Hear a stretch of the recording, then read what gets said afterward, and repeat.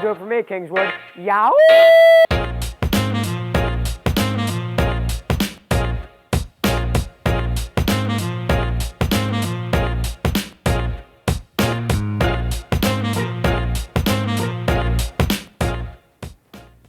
Good morning, everyone, and welcome back to Get Real. This is our third episode, so, maybe we have some staying power, maybe we don't. I guess you'll find out if we keep making shows. We got a lot of great stuff to talk to you about. NBA season finally starting up, NFL season still raging. We got the World Series coming up, so let's start like we always do with the NFL. Weeks 6 and 7 have passed us by. Week 8 is coming up fast. We're almost to the halfway point. I almost can't believe it, and, well, needless to say, there's a lot happening. So, let's start with the Tampa Bay Buccaneers. I've tried to kind of maneuver my way around talking about them just because, I am from New England. I don't want to seem like a bandwagon fan just because Tom Brady went there, although admittedly I do root for them the tiniest bit. But I have to be honest, they do not look great whatsoever. They are absolutely reeling right now. They just lost 21-3 to a Panthers team who just traded their best player. They were starting their third-string quarterback. Everything's going wrong for them, and yet the Buccaneers couldn't win. Now, admittedly, some of this falls on Mike Evans' first play, or not the first play of the game, excuse me, but one of the first plays of the game. He dropped what would have been a massive touchdown that would have given the Buccaneers all the momentum in the world, and he dropped it. He dropped it, and you know what? While it wasn't great, that's the kind of stuff that happens, and you have to be able to get past it, and Tom Brady just couldn't this week. Again, I'm not going to call him washed. It more looks like, not that he's so old that he can't make the throws, it looks like he can still make all the throws. He's just not. Like, he looks like a bad young quarterback, not a bad old quarterback. So, I guess he's not washed up per se, but something's wrong. Maybe it's all the off-the-field stuff he's dealing with. Maybe it's the offensive line. Once that gets healthier, he'll look better. But right now, they are just a wreck. And as a Patriots fan, it's a little bit bittersweet because it's like, ha-ha, Tom, we got you. But it's also like, oh, man, Tom, you could have gone out on top. And speaking of older quarterbacks who are struggling, the Packers just might be cooked. They just, I talked about them 2 weeks ago, but it's really just becoming more and more obvious. They just lost to the Commanders. They've lost to the Jets, and admittedly, the Jets are actually better than I thought, but they're still the Jets. Like, I don't know. Aaron Rodgers is another guy, like Tom Brady. I don't think he's washed, but something is just clearly wrong, and I don't know how he fixes it from here. But yeah, the Packers look horrible. I think the Vikings are going to win that division, which would be good for me because that's what I predicted. The Chiefs are still overwhelming. Obviously, they lost to the Bills 2 weeks ago, but they picked up another win last week against the 49ers after the 49ers traded for Christian McCaffrey. Mahomes is just one of those guys where at a certain point, it's hard for me to not think he's the greatest player in the history of the sport. I'm not going to say that because obviously longevity plays a big factor in greatness, and Mahomes just does not have the longevity yet. But if you just watch him play, we've never seen another guy like him. I've already talked a lot about how I think he's the best player in the sport right now, and it's inarguable. So I'm not going to spend too long on this. But, I mean, let's just get real with ourselves. Reference. That they're not favorites quite, but they are almost impossible to beat. The Patriots now have a quarterback controversy on their hands. So on Monday night, they played the Bears. Mac Jones started the game after being out for a couple weeks. In those couple weeks, Zappe went 2-0. Jones didn't have the greatest start to the game. He throws a pick, and the Patriots decided to put in Zappe, and then Zappe made approximately 6 straight great throws, scored 2 straight touchdowns. They scored 14 points in like 4 minutes. It was great. And then he also looked horrible for the rest of the game. So I don't even know what to believe anymore because my gut tells me that Zappe's going to be like, if you guys remember last year, Mike White for the Jets, he was the second rookie that the Jets had when Zach Wilson went down, and he looked great for 2 weeks and then looked horrible. So my gut tells me that's what's going to happen to Zappe, but I don't even know what to believe anymore because he did look legitimately great for those first few plays against the Bears, and he was 2-0 before that, but then he looked absolutely horrible, and I was saying to myself, why don't we just put Mac Jones back in? And it really makes me question what Belichick's plan was. Because if your leash for Mac Jones was going to be that short, why start him at all? Why not just give him another week to get ready? Because realistically, obviously they lost, and they lost by a good amount, but they should have expected to win that game. Thank you, Kingswood.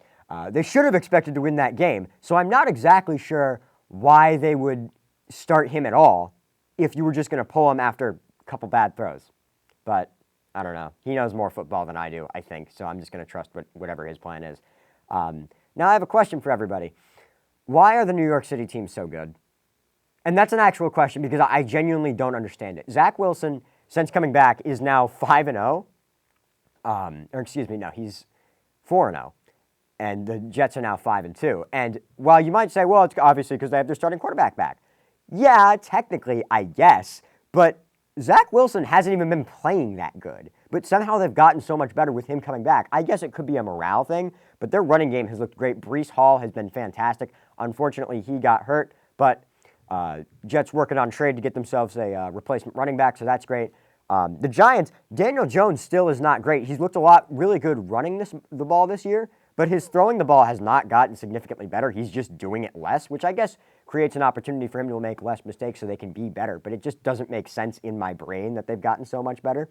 But it's just funny to me that a team so known in this past, like since the beginning of this century basically, for having not great football teams outside of a couple fluke years for the Giants, now they're both really good. I don't know, man. I think it's crazy, but I respect it, I guess. The Cowboys might have saved their season. Dak Prescott didn't look great in his return, but he looked good enough. That defense is overwhelming. Now you say, okay, will they beat the Lions? That's true. The Lions are 1-4, 1-5 now, not the greatest outfit in the world. But their offense up to this point in the season was one of the best in the NFL. They were, I think, third in the league in yards. I think they were fourth in points. They've looked great on offense, and the Cowboys' defense absolutely overwhelmed them, and that was in spite of them having to defend short field or... Thank you once again, Kingswood. Having to defend short fields or the Cowboys' offense giving up red zone opportunities. Noah Brown had an insane fumble, if you've seen it, close to the end zone where he did a front flip and then fumbled him on the way down. I can't even get mad at him for that, honestly. It was just a stroke of dumb luck. But suffice it to say, that Cowboys defense is incredible. The offense is getting better, and they might be a scary team. I still think the Eagles are going to win that division because they've proven that they can beat the Cowboys, but that division somehow, in spite of the fact that everybody thought they were going to be the worst in football, now we're looking at the Cowboys, the Giants, and most importantly, the Eagles as potential playoff teams. That's wild.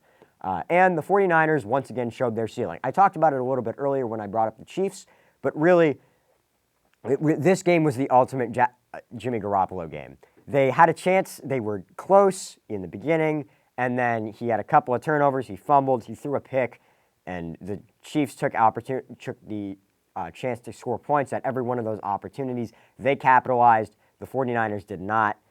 And it's just one of those things where it's like, it's even the same team that they were playing in the Super Bowl when they lost with Jimmy Garoppolo. So, Jimmy, I love you, but I think I'm done with you. And now, let's go to the NBA. So the season just started up. There's a lot to talk about. So I decided to bring back a segment from last year when I used to do Night Watch. I still do it, but you know what I mean. That I call Whiteboard Wednesday, despite the fact that it's never on Wednesday. Lauren, take us away. Hello, everyone, and welcome back to a segment that some of you might remember, some of you might not. This is Whiteboard Wednesday. It's never actually on a Wednesday. I just like alliteration.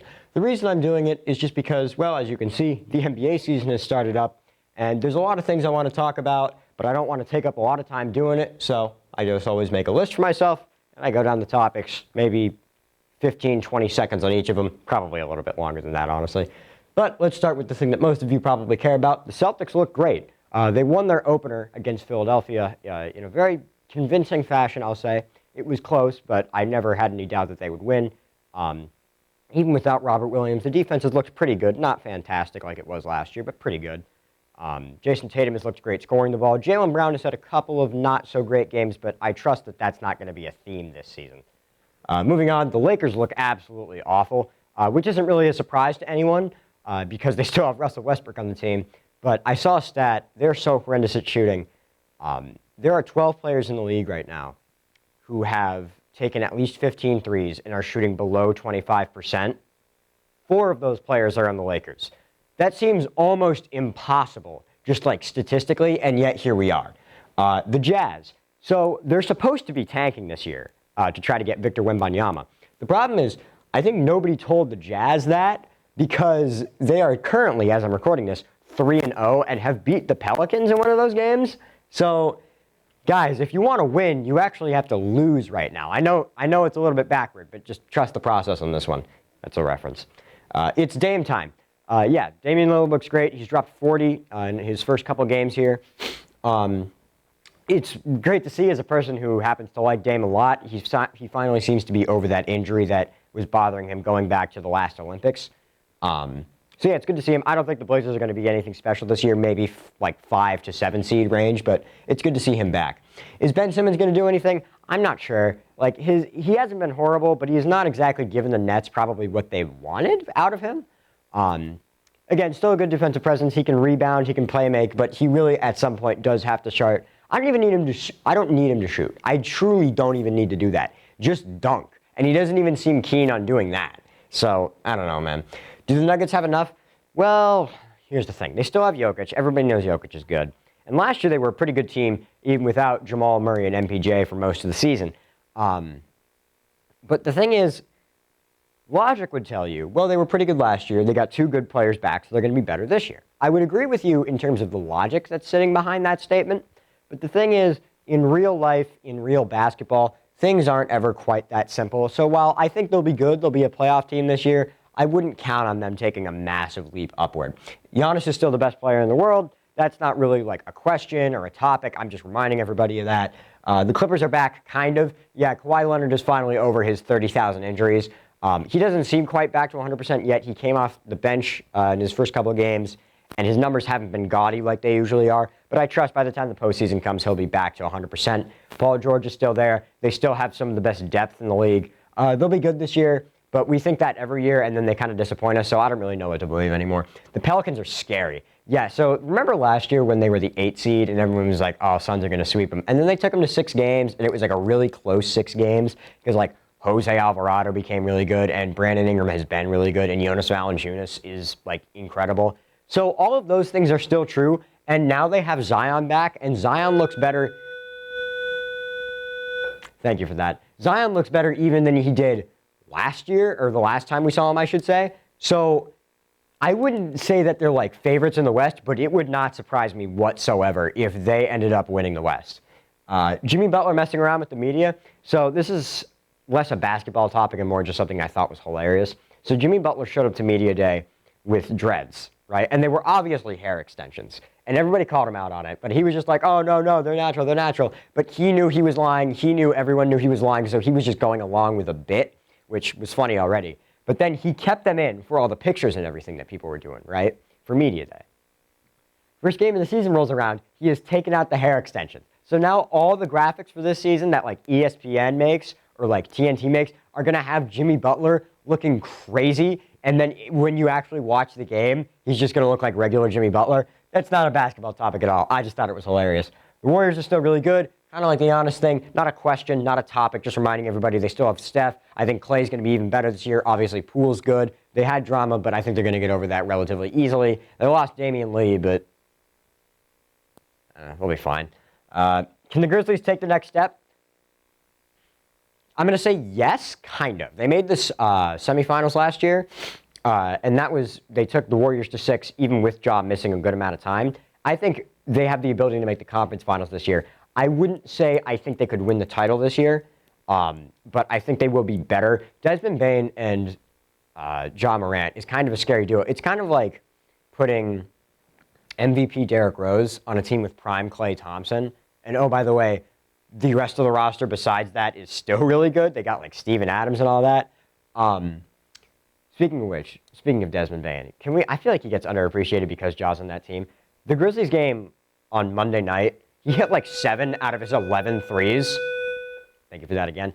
And that is horrifying to think, like that he can just go out there and do that, especially considering everybody else on that team. It is crazy. And then what about the Mavericks? Same question as with the Grizzlies. Can they take the next step? Unfortunately, I think no. I think Christian Wood was a good pickup. And obviously, Luka has proved that no matter how much depth your team has, he can just go God mode and destroy everybody. But I don't see them making the finals this year just because you have teams like the Warriors, the Grizzlies, the Pelicans, and the Clippers who just have so much depth and so much talent that Luka will push them to a very scary 7 games, and he may make the conference finals. I don't see him making the finals, and I definitely don't see them winning. Well, That's going to do it for me, everybody. That's going to do it for this edition of Whiteboard Wednesday. And now, back to the studio. Man, that was exhausting to do. And that bell really is my worst enemy today, isn't it? Well, we'll be right back with 2-minute headlines after this.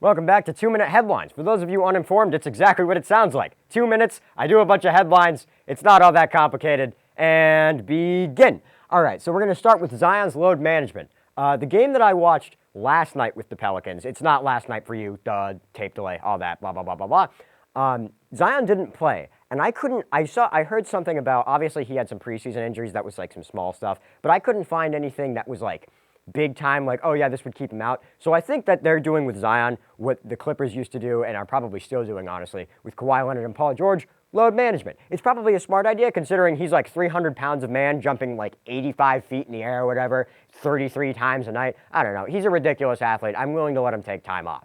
Moving on. Matt Ryan got benched. This is so funny. This is just objectively the funniest thing that has happened this week. So Matt Ryan is injured, right?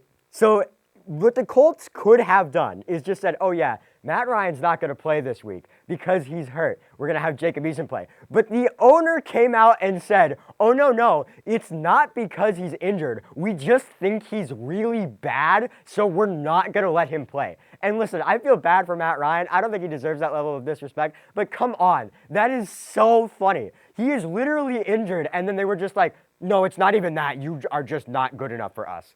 Moving on. Phillies versus Astros World Series. A little bit more serious here. Phillies, please beat the Astros. I have talked so much trash about the Astros, no pun intended, over these past couple of years. They're not cheating anymore, so if they win this World Series, it's not dirty. But like just morally, I don't think I'd be able to live with myself if the Astros took home another title. So Philadelphia, usually I root against your sports teams, or usually I just don't care, and I think your fans are kind of annoying sometimes. But if you could just do me a solid on this one and beat the Astros, your boy would really appreciate it because, like I said, I've talked too much trash for these guys to win another World Series. And that's going to do it. With about 8 seconds to spare, I managed to make my way through these headlines. Impressive enough. And we'll be right back after another bumper. Blitz, Homer, picked it up briefly, and Smith flipped, wide open, caught, Disley, touchdown, what a start.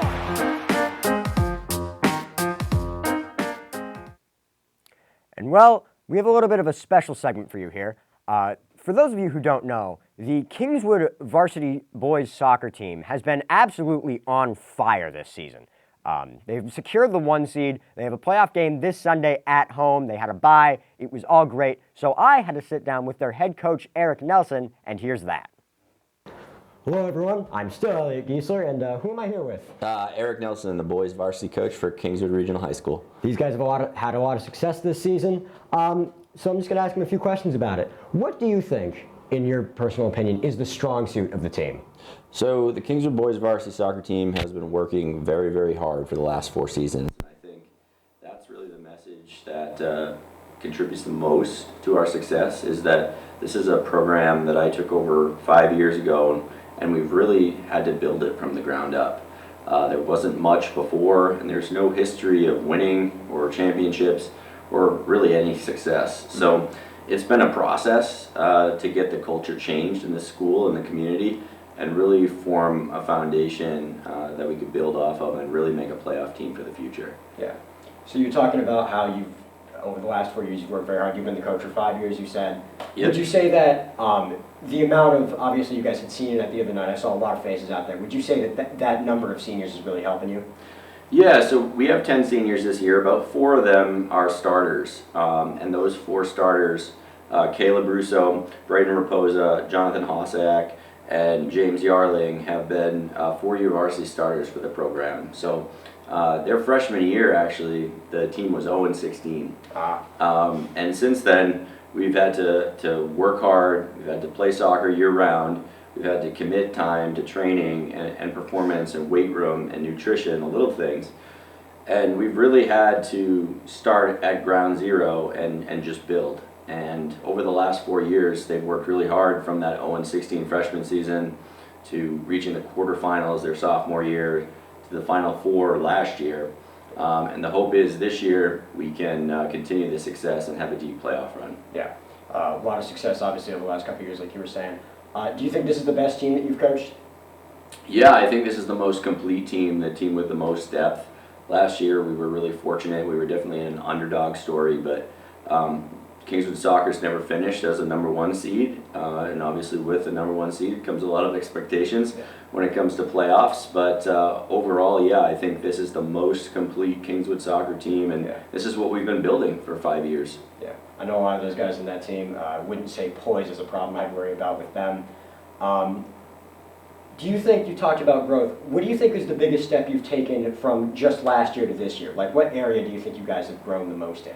Well, I think all these guys have really committed in the off season to playing soccer, to working in the weight room, to doing what they need to do in terms of nutrition and off the field recovery stuff, to put themselves in the best possible position when we get to preseason. So we talk a lot about athletes and how they can prepare.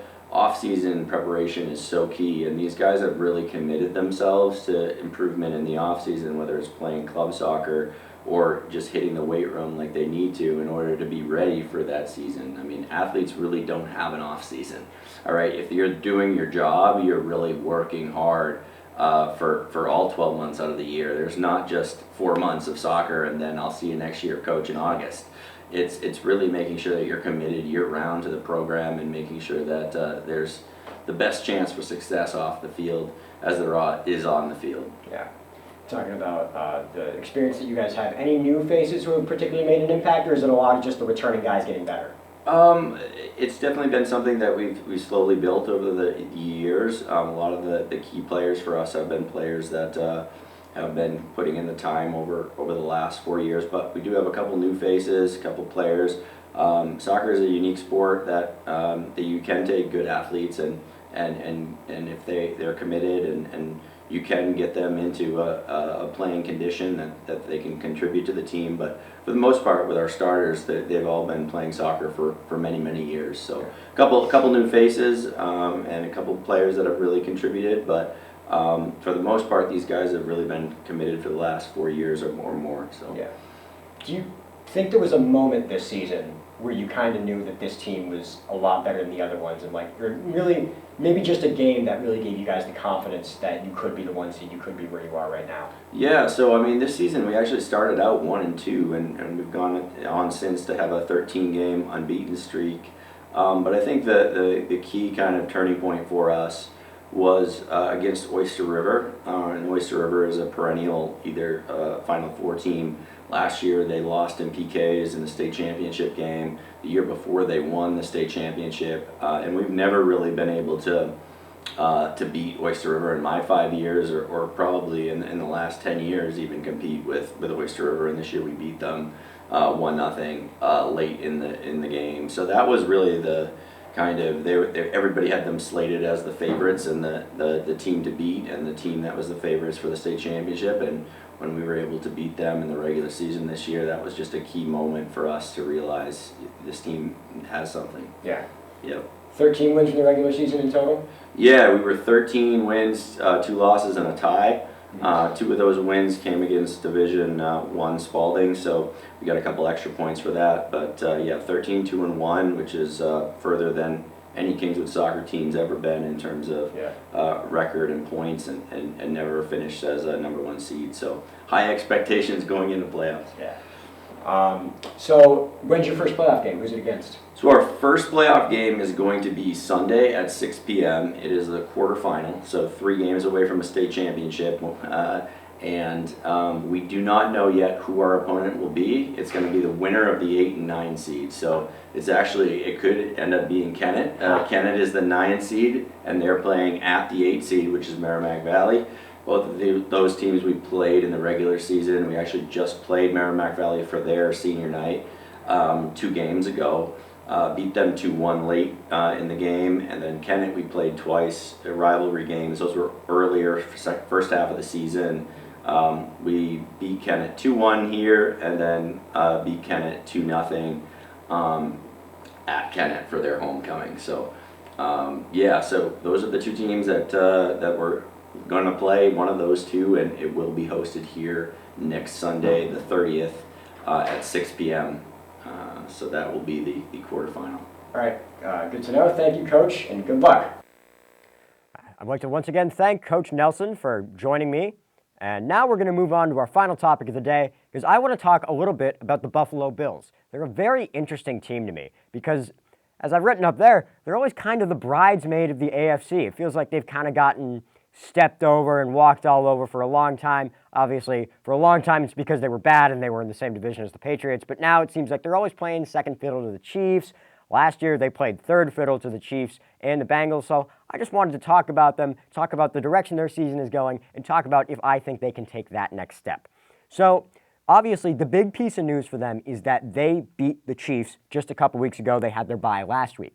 Now, while that is a great step for them to take as an organization, I do think it is important to remember that last year during the regular season, they also beat the Chiefs. And a lot of people were like, oh, okay, this is the baton handing off point. I think the Bills are going to win it all this year. And then once we got to the playoffs, the Chiefs beat them. So I'm not saying that that win that they got means nothing. It's an incredibly good step for them to take. Josh Allen looked great. The defense looked great. But I do think that it is important to remember that they did it last year and it didn't end up meaning much in the end. Now, the other question that has to be asked is how much better are they really? Because we've talked about a lot, or at the very least I've talked about, and I've heard a lot of other people in the media talk about how they have a really great knockout punch. They can blow you out of the water like that if you are not careful. But if you keep the game close, they struggle a little bit more. However, this season, they've improved in that capacity. They've won a couple of those close games, and that gives me a little bit more confidence that they could really take that next step, because if they get into a close playoff game, now they're proving to me that they could do it. Because I talked about that win they got against the Chiefs last year. The win last year was a blowout, and while at the time it made it seem great, in the long run, like I said, they weren't used to those close games. So when they got to the end of that playoff game and it was close, they didn't know how to handle themselves, and Mahomes was able to run wild all over them. This year, they beat the Chiefs close, which ironically, I think is better for them because now they have, again, more experience in those close games. They might have a better ability to handle the pressure like that once you get to, 13 seconds left in the AFC semifinal. Now, the actual roster itself has remained largely the same-ish, with one very notable exception, the addition of Von Miller. Obviously, he was on the Rams last year, and he was an incredible piece for them. He got red hot at the end of the playoffs, and in the NFC Championship and the Super Bowl, he made the game-changing plays along with Aaron Donald to help them get that ring. The Bills managed to snag him away from LA, and now he has looked great for them. I do think that that was probably a move that was meant to directly combat Patrick Mahomes, because obviously Mahomes last year was the sword that killed him. The 13 seconds left, drives down the field, gets the field goal, then in overtime, the defense is gassed, he goes right down the field, gets that touchdown to Travis Kelce. Now with a guy like Von Miller, obviously he has the ability to get tired, but he's been in games like that before. He has better stamina than your average pass rusher, and he's better than your average pass rusher. So he might be able to get Mahomes on the ground a couple more times than the defense last year was able to, in spite of the fact that they still had a really good pass rush, but they're better this year with Von Miller, obviously. And here's the thing. Even if you don't get him on the ground in those fourth quarter drives, if you get him on the ground in the second and third quarter, that wears a quarterback out and that wears a quarterback down. He's not going to have as much nerve and he's not going to have as much gumption in the fourth quarter if he's been knocked down 4 or 5 times as opposed to just 2 or 3. Now, there are some areas of improvement that they really do need to focus on. They need to get a better non-Josh Allen-based running game. Because while they can run the ball, if Josh Allen's not the one doing it, it is inconsistent, and that's me putting it nicely. It honestly would have been great if they had been able to trade for Christian McCaffrey, but that in a million years was never going to happen. They just need somebody to emerge to be able to, they don't need to be a 1,500-yard rusher. Heck, I don't even think they really need to get to 1,000 yards rushing. But if you can just average 4 or 5 yards per carry on, 12, 13 carries a game, so a guy like that would really be a good step for them to get some pressure off of Josh Allen, because the last thing you need is a Josh Allen injury. Because if Josh Allen goes down, even if it's just for a couple weeks, that could put your season in the tanker, because he's one of the guys, along with a guy like Lamar Jackson, who is one of the most valuable people in the league to their team. Obviously, Mahomes means a lot to the Chiefs. But I would argue that the Chiefs without Mahomes are still a better team than the Bills without Josh Allen. Josh Allen really defines who they are. And when Mahomes defines who the Chiefs are, I think it's another level of it when it comes to Josh Allen. They play the Packers this weekend. And I'm obviously not the biggest fan of the Packers right now. But what I would like to point out is that a win against the Packers wouldn't mean much, but a loss could create a lot of doubt, not only amongst themselves, but amongst the media. That talk starts to creep into the locker room, and suddenly it's a self-perpetuating cycle. Because obviously the Packers aren't great this year, but it's still scary because you're going to Lambeau, you're playing Aaron Rodgers. Listen, like I said, Packers aren't great this year, but you can never take that man lightly. So they need to win this weekend, not because they need a win, but because they need to not lose, which is ironic, but hey, that's what it is. And now we'll move on to our last kind of mini segment of the day, the least valuable player of the week. I actually forgot to do this last show. I do apologize, but the LVP for this week is Russell Westbrook. And I'm sorry on a certain level because I don't want to beat on him too much, but at the same time, Russ, that mid-range shot he took, if you're a Laker fan, you know what I'm talking about. That mid-range shot he took at the end of the Clippers game, I believe it was, where they were up 1, may be one of the stupidest decisions I have ever seen in my life. There were 20 seconds left on the shot clock. I don't even need you to dribble. Just stand at half court and hold the ball. That's it. I don't even care. And then pass it to LeBron with like 5 seconds left. Maybe he'll make something happen. Just stand. That is all you need to do, and he couldn't pull it off. He was like, no, I'm going to prove everyone wrong. I'm going to hit this shot, and I'm going to be a hero. First of all, you didn't hit the shot, and you shouldn't have expected to, because Russell, you're not very good. You're just not. And second of all, why did you take a mid-range shot?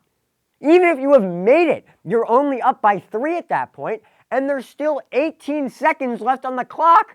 Oh, and then, by the way, I was mistaken earlier. I just recalled, you're not playing the Clippers, you're playing the Trailblazers. You know who the Trailblazers have? Damian Lillard! Damian Lillard is one of the most clutch players in the history of the NBA, especially in those regular season games. He ended up hitting a game winner anyway. So being up 3 gives you literally nothing other than just, hey everybody, I hit a shot, I'm still Russell Westbrook. Hey, wait a minute, what's that? Oh, we just lost the game. What are you thinking? What are you thinking? Lakers, you need to trade him, you need to do the Pacers trade, or you can send him home and wait for a better trade. Because you will never, in a million years, make the playoffs if Russell Westbrook is playing big-time minutes on your team. I actually saw a take, of all places, on TikTok that I actually agree with a lot. I think the Lakers are playing 4-dimensional chess here. They're showing the rest of the league, because Victor Wembanyama is a hot commodity in this year's upcoming draft, right? By playing Russell Westbrook, what they're doing is they're showing the rest of the league, hey, if you have Westbrook, you can lose a lot of games. And that is true, but Lakers, you can't do that for too long because then you won't make the playoffs. I don't know why I got so mad about that. I'm not a Lakers fan. I really don't care. But that's going to do it for me, everyone. Thanks for tuning into our show. I'd like to give a special thanks to my technical crew today, and another thanks to the LRTC Multimedia Program for making this all possible. Thank you for stopping by, and I will see you in 2 weeks.